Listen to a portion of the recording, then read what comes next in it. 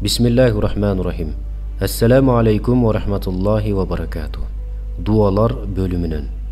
Бүгүнкү биздин дуабыз уйкудан турганда кайсыл дуаны окушубуз керек.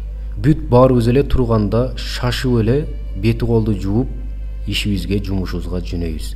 А бирок ал нерсе туурабы? Жок, албетте туура эмес. Анткени пайгамбарыбыз саллаллаху алейхи вассалам мына ушул дуаларды бизге үйрөттү. Мына ушул дуаларды биз айтышыбыз керек. Эмне үчүн? Жөн эле туруп эл катары кетсек болбойбу? Анда сөз башынан болсун.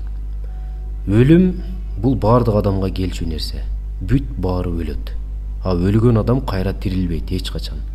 Ошол сыңарындай эле бул уйку дагы кичи өлүм, кичинекей өлүм деп коет.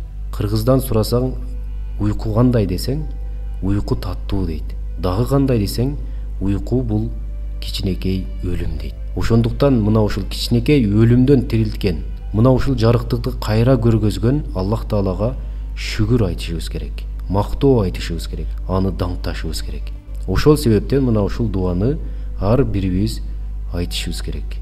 Ал кайсыл дуа? Бул Бухарийде келет. Бисмиллахир-рахманир-рахим. Элхамдулиллахиллази ахьяна ба'дама аматана ва илейхин нушур. Мунун мааниси бизди өлтүргөндөн кийин кайра тирилткен Аллага гана мактоолор болсун. Биз кайрадан тирилип, ага гана барабыз. Бухари. Демек биз кичинекей өлүмдөн тирилгенден кийин албетте мына ушул дуаны окушубуз керек. Кийинки жашообуздагы берекелүү болуш үчүн. Дагы бир дуа келет. Элхамдулиллахиллази юхил маута ва хуа аля кулли шейин кадир. Мунун мааниси өлүктү тирилткен зат үчүн гана бардык мактоолор болсун. Ал бардык нерсеге кудуреттүү зат. Бул Хакимде келет.